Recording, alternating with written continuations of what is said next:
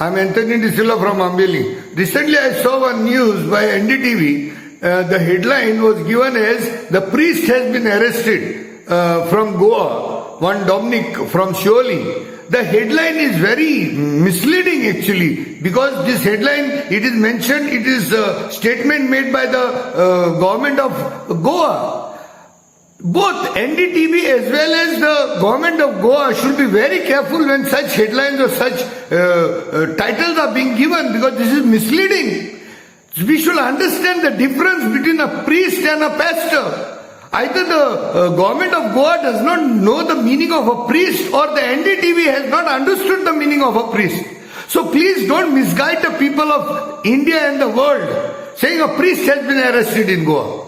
Please don't disturb the peace-loving Christian community in Goa and India. Please. That's one thing. Second thing, they are talking about the arrest was made, and one of the conditions on which it was arrested was because of some black magic with respect to some oil.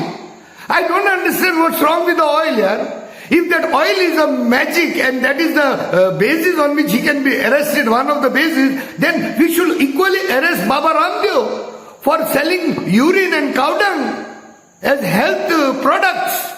So why is he not being arrested as the black magic out of it?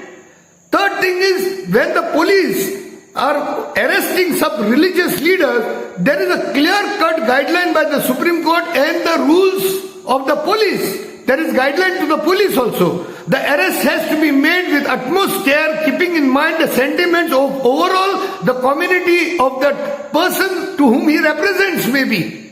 I don't subscribe to whatever Dominic is saying, but I'm saying that should have been a very calculated arrest.